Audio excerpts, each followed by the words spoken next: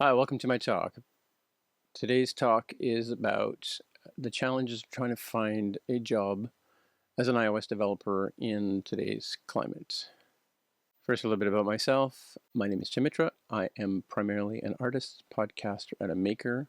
I've been a technical writer for around 20 years, and I'm an iOS developer, 12 years in, and I'm currently the Senior Engineering Manager for iOS at Spot Hero. I'm also a conditional breakpoint. I've played with James and the breakpoints a few times in person and a couple of times remotely. So, one of the things I found interesting about working as an iOS developer over the last 12 years, initially I started out as an independent developer running my own software company, and I would hire developers to come work with me. And around 2015, during the middle of the indie apocalypse, I decided to re-enter the workforce by looking for a full-time job as an iOS developer. And I'm sure as many of you have thought about doing that and may already be doing that. What was surprising was that I wasn't prepared for the way that we measure the quality of iOS developers. In my previous experience, you would present your resume when you went to apply for a role, talked about your education, talked about your skills, and the interview would ask you a few questions, and you might talk about some of your past work, do some deep dives on some details, and that was pretty much it. You either got the job or you didn't. Sometimes you'd even start this afternoon if you wanted. What I was surprised about in 2015, I got an interview as an intermediate developer. It's kind of where I thought I was at that time. And I was surprised by the kind of questions that I was being asked. By that time, I'd already written some technical articles on iOS development as an author for RayWinterlick.com. I had published some apps on the App Store. Some of them had been featured by Apple. And I was surprised to be asked some computer science-y related questions unrelated to what I had been doing in iOS. After the interview, I picked up the phone and called my friend Jaime Lopez, and I asked, well, what the heck just happened? And he said, well, yeah, that's what tech interviews are like these days. You never know what you're going to be asked, and you get in there and they ask you all kinds of technical things. And I have to say, though, through that first interview, went pretty well. I mean, the interviewer was pretty generous with his support, and he realized that I didn't quite follow along what he was saying. And he was trying to help me through the code, which was generous, and he was trying to get an idea of what the depth of my knowledge was, right? I thought that was fair. The image on the left represents the joy and delight of building something that you did by yourself. In this case, she's built a freeform Lego piece, and the girl who's created it is pretty pleased with herself. And that's how most of us coming into the magic of mobile development, especially those of us who are self-taught, that's what it's like for us. We're just surprised and delighted with the work we do and the magic of iOS. And yet this next image is what we're asked to answer about in technical interviews, not about how we would assemble an app. Well, maybe they would, but not, the joy we felt assembling the app. We're asked technical jargon, technical details about, the injection molding process and about making a Lego brick. And I've always thought the analogy for me of our iOS apps is that it's like we're assembling Lego. We're given pieces by Apple gives us and third parties give us, and Xcode code completion helps along with that process. I was surprised to know about the various technical approaches to interviewing. I didn't think about how many roles I've had over my career, over my various careers. I've had several careers by this time in my life, and I'd been, as I mentioned, I've been focused on iOS for 12 years. I started looking to iOS frameworks around 2008 when the SDK first came out. I didn't really get serious about it until 2010 when the iPad came out. I'd been a pizza delivery driver. I'd been an art director. I'm an Apple evangelist. In fact, I've been an Apple evangelist for a long time. But I officially worked for Apple during the lockdown as an evangelist, which was kind of cool. I've been a manager for most of the roles that I've worked in over my life, and I've been an Apple consultant and an Apple reseller. So I see myself coming from a position of expertise in a lot of ways, right? But in my focused job search, I've actually been surprised over the last 18 months to find out how often, we get this sort of sense that for every job, for the majority of jobs you interview for, you're going to get rejected for one reason or another. And I'm taking this Steve Jobs quote out of context here, but it does feel like 1,000 no's for every yes. In the last 18 months, or actually over the last, several years, I've applied to 59 roles and I've been ghosted by nearly half of them. I've applied to quite a number of large companies that were involved with iOS specifically, and out of the 59 applications, I've been in touch with 33 of them. I've interviewed at 5 or 6 of them with at least 5 rounds or more, and out of all of that, I ended up with 3 offers. That's why the title of my talk relates to how many interviews and how many times I've been told no. To be honest, I said no to a few myself. Meaning, when you go for 5 rounds, you might get architectural interview. There may be some behavioral interviews, especially in the case of management jobs. There's usually 2 of those. There's 2 management style interviews, like how to develop career paths and things like that, how you would develop your engineers' career paths. And there's usually 1 or 2 technical interviews where you demonstrate your knowledge and your prowess of the coding that you're asked. If you're going to go for an iOS role, you could have more technical sessions than that, and they're going to be even tougher. But over the last 18 months, those 5-round plus interviews add up to at least 25 hours. I mean, so if you take an hour for every single, even 15 minutes for every call, 39 times or 33 times. My brain's hurting already with the math. Actually, my interview with Facebook stands out. I never imagined in my wildest dream that I would ever want to work for Facebook. But the recruiter was relentless over many, many years, and he'd recently convinced me to give it a shot. I was in the job search mode anyway, so you never know. You get to change the world inside Facebook was the spiel that I was told. And by the time I'd finished those 5 rounds, I'm like, yeah, man, I'm gonna be working for Facebook. This is gonna be great, And they managed to convince me that this is an awesome place to work, and I was really looking forward to it. It's like ready to write my resignation letter to my company I was working for, only to find out the next day when I got a call from the recruiter that they were like, "Nope, sorry, we're not going to go with you." I was stumped. So in terms of like some of the questions, John, I know John said there would be no code in this talk, but John doesn't know me that well. So let's talk about some of the questions that you might get in technical interview. And the one on the left, here's an example you might get, like you'd end up in a coder pad type application. So in this case here, you're asked to build a framework, and then you enter in the values that you've got there. And this is actually a screenshot from my test, so I don't know. Don't run the code. I don't know if it works or not. Like, you're given some stubs to go through the whole process. It would be kind of challenging for a junior developer, but this is something that you might get asked as a senior developer. The second style of questions, which is kind of cool, is you get a list of questions that you get to choose from. So, the first one is about linked lists. So there's an algorithm type question. The second one is more of a graphic UI, about frames and bounds. The third one is working with arrays of strings. The fourth one, which is more conventional coding stuff that you might get, you'd be doing your daily job. And the fourth one is an interview question that I've used a lot myself, and it's quick to see how you work through a problem. It's not about getting the right answer, and none of these are about getting the right answer. It's more about how you work through a problem. And in the case of any of these type of interviews, the important thing is to ask a lot of questions, get clarification from the interviewer, and ask what the results expected and what the conditions are before you dive in. Pretty much like you would do, talking to a product manager in your daily job kind of thing, right? And just as a side note here, one of my most interesting interviews I had last year was I was interviewed by a company where the interviewer was a Ruby programmer. Don't do Ruby. I've done a little bit of Ruby for Fastlane and stuff like that, but I'm not an expert by any stretch of the imagination. And the question he laid out to me was written in Ruby, and I explained to him that I'm an iOS developer and I'm going to be writing it in Swift or Objective-C. Which would you like? And to be honest with you, I really don't understand what this question, the way it's formatted, what it's asking me to do.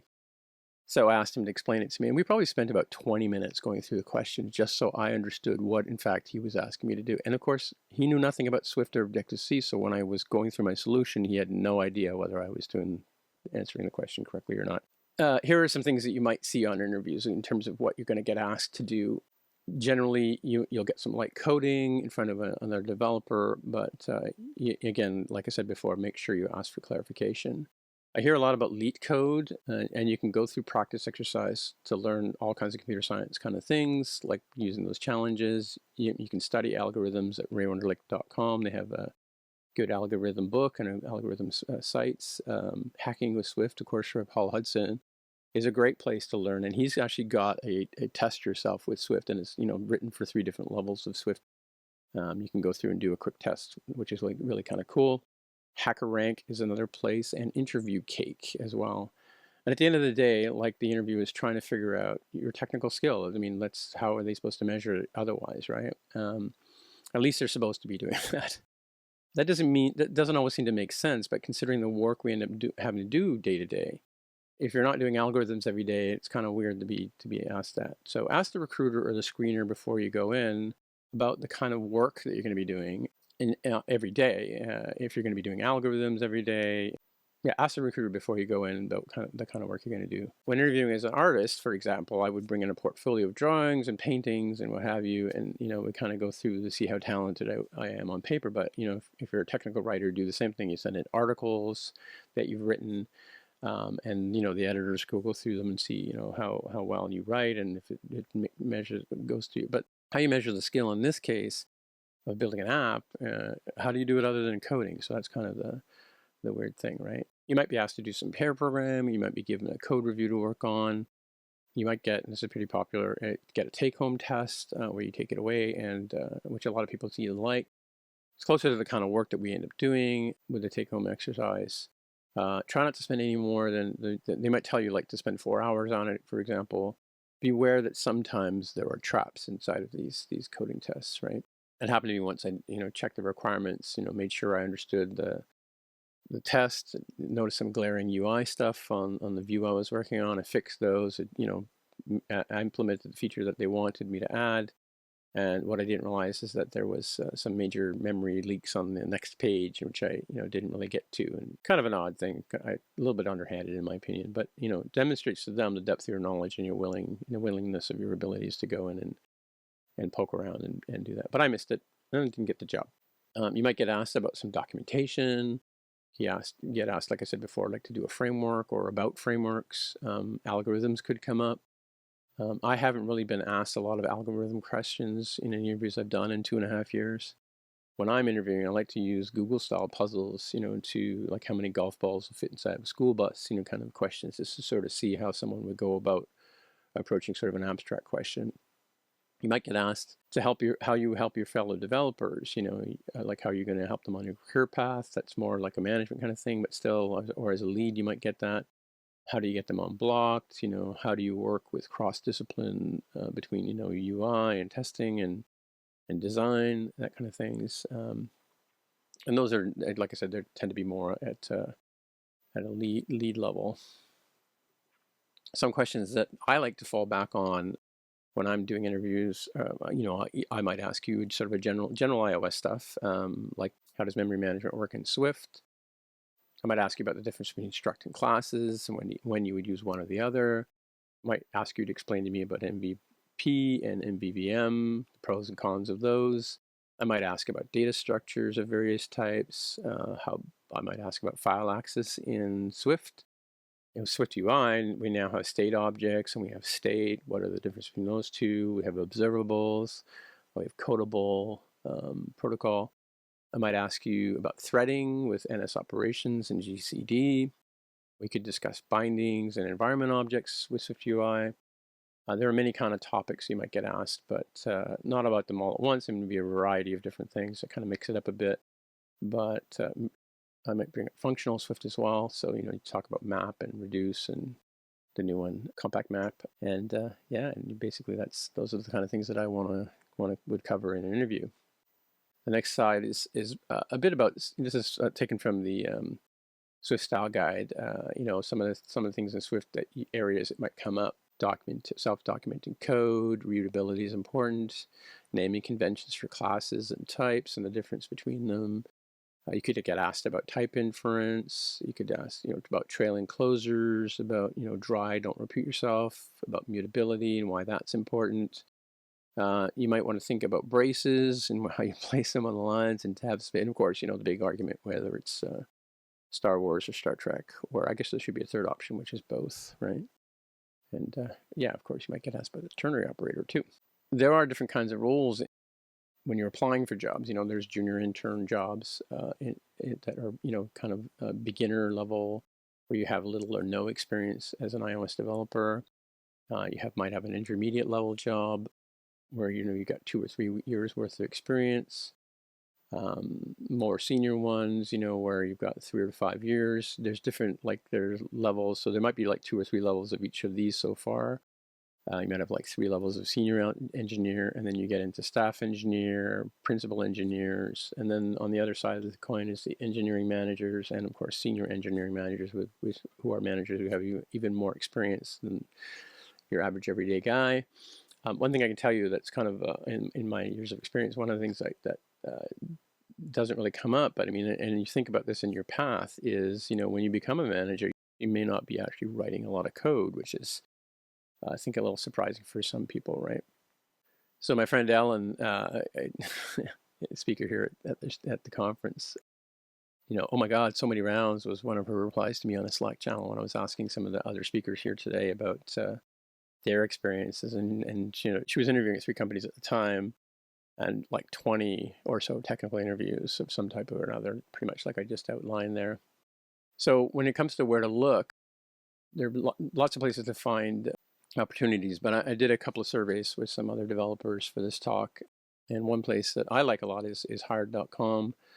What I like about Hired is you put your skills and your expectations up on the Hired site, and the employers come to you to apply, which is nice. So they get to look through your stuff and decide whether or not you're a fit, rather than and then you can go and look at what they're doing and away you go. So I've just full disclosure, I've promoted my profile on Hired a number of times, several times over the last couple of years, and my friend Jaime Lopez has had a lot more experience with Hired than I have. I mean, a lot more luck with Hired than I have.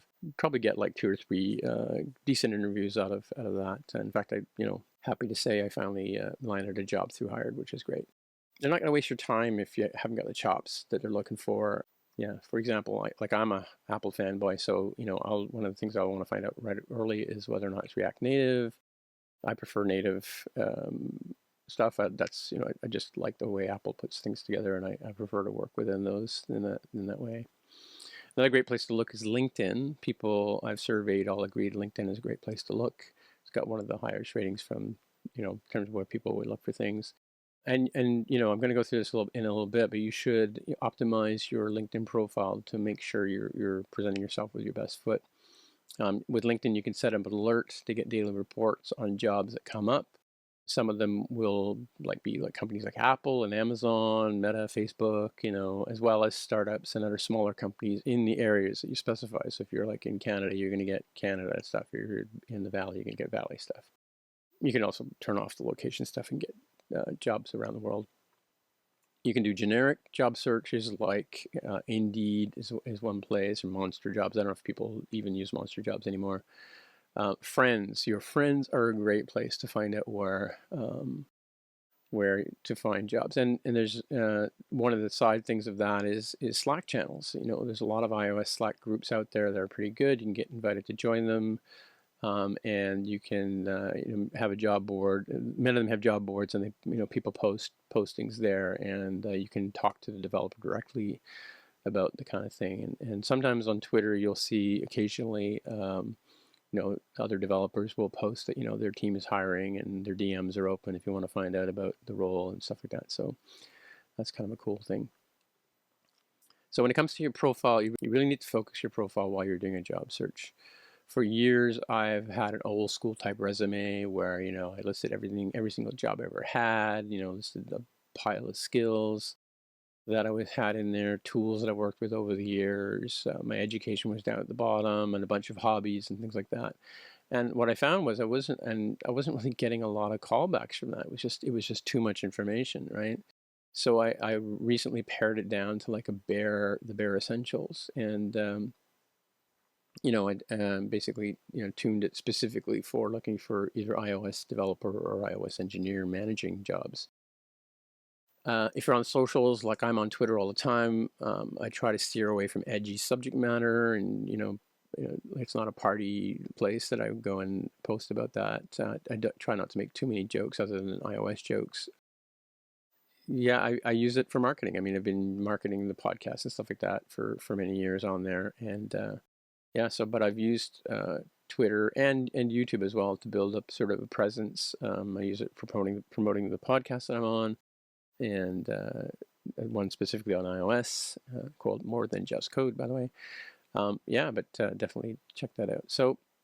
So you want your resume to be reflective of who you want to be presented as. So here's my old school resume. You can see, like, let me just zoom in here. Got I had all this verbiage about all the different things I've done and places I've been and things like that, and you can see 4 pages long, and I think people probably, their eyes get blurry after like the second page, at least mine would. So I went back in and I basically shortened the resume down to 2 pages, so now you've got, a nice little tight resume.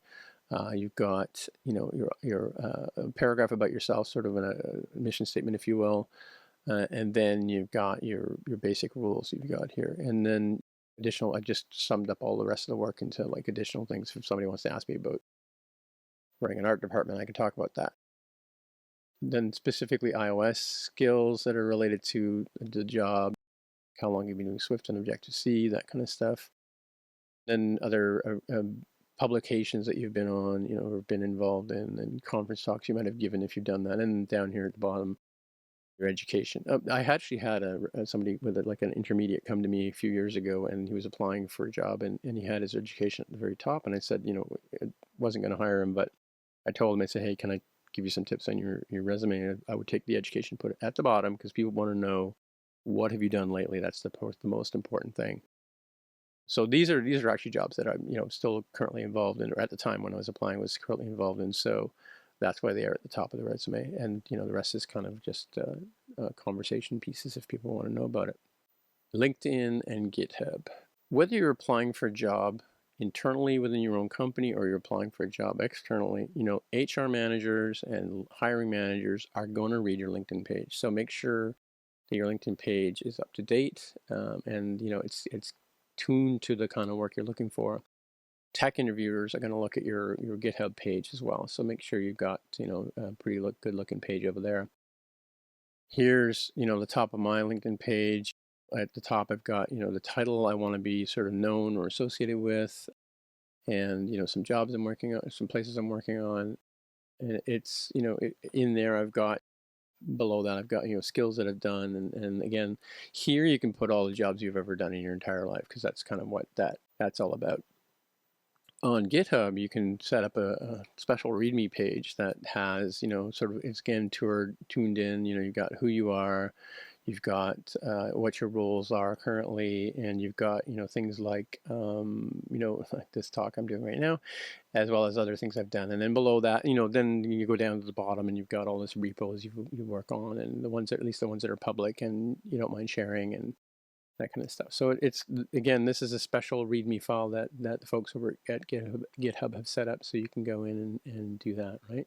So another important thing is when so you get in the interview, whether it's with the screener interviewer or even in the tech interview, you don't want to go in. I mean, I've had people come into interviews with me, and I'll say, do you have any questions? And they're like, no, I'm good. I'm like, really? So I want to make sure that you've got at least 3 good questions you want to ask, and that's really important. And you'll get like maybe between 5 and 15 minutes, near the end of the interview, to ask your own questions. So hopefully, like, some interviews are 45 minutes long, some are an hour long. And if you've got, the 45-minute ones, make sure you've got your questions ready and the way you go. And what's interesting is my CTO at the current company I'm working at now, he gave me half of the interview at the beginning to ask all of my questions, get them all out of the way, and then that way, again, as a manager, he's dealing with the ambiguities of the work and the kind of things that I would want to know as a worker coming in. So that was a great thing. So here's some areas I want to know about when you're being interviewed.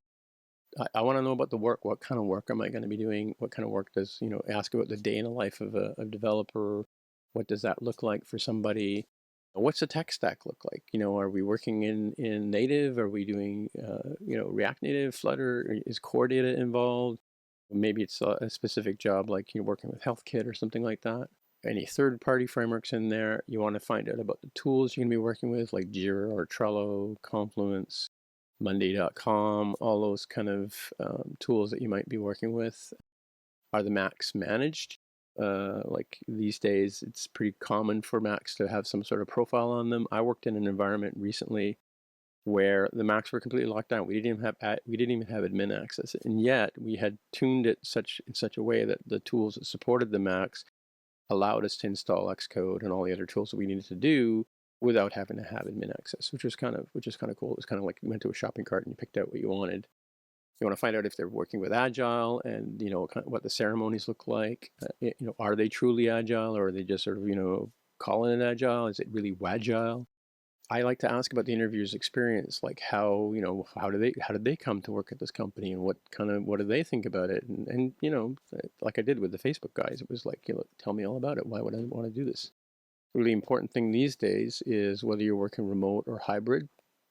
Are we expected to go in the office at all, or are we in the office? Kind of thing. Work-life balance is probably the most important thing on this slide these days. You want to make sure that and companies know this. I mean, companies know that you need to go away from the work and just recharge your energy. Go, skiing or hiking or something, and deal with life. And so you want to make sure that the expectations aren't going to be unless you're specifically for your role, you're going to be on call occasionally. You want to basically have the time to sort of walk away from work and enjoy life, and go to a concert or walk in the park or take your dog out for a walk. Personal time off, PTO, is important. In some cases it's unlimited PTO. What does that mean? Those questions you would want to ask. Is it, or if it's like a fixed vacation thing, is it 5 weeks or 3 weeks, or what does that look like? I'm talking about pay in a little bit, but stock options versus restricted stock units. Are you actually getting stock when you apply? Is there an annual bonus involved at the end of performance bonus available at the end? Are you getting a signing bonus when you start? Benefits is another key area that younger developers may not think about, but of course I do. Is medical, dental covered? Is the company paying for that? Am I paying for that? How much? What percentage am I paying for that?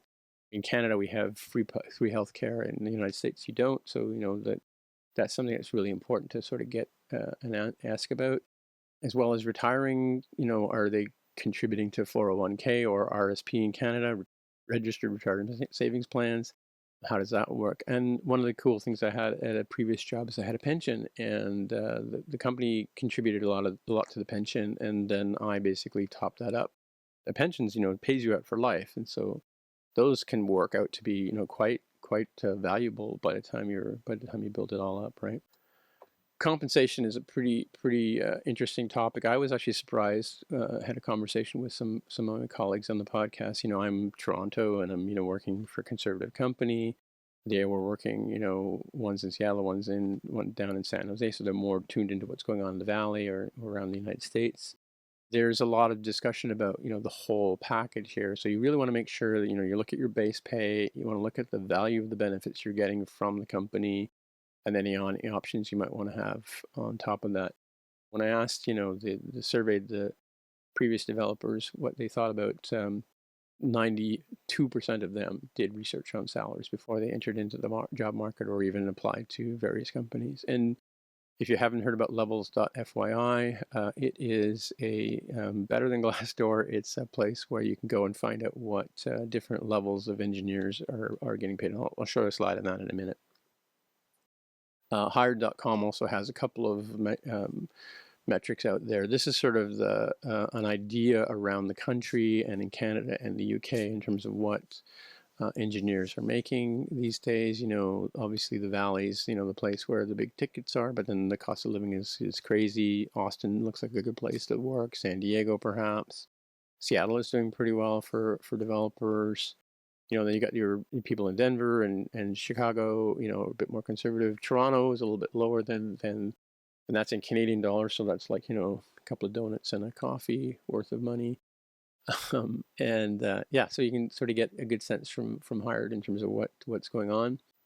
This is actually some numbers I pulled from levels.fyi. You've got, I just grabbed Apple, Facebook, Meta, Google, Amazon, and Uber, for example, and I kind of chose like a middle level engineer kind of role.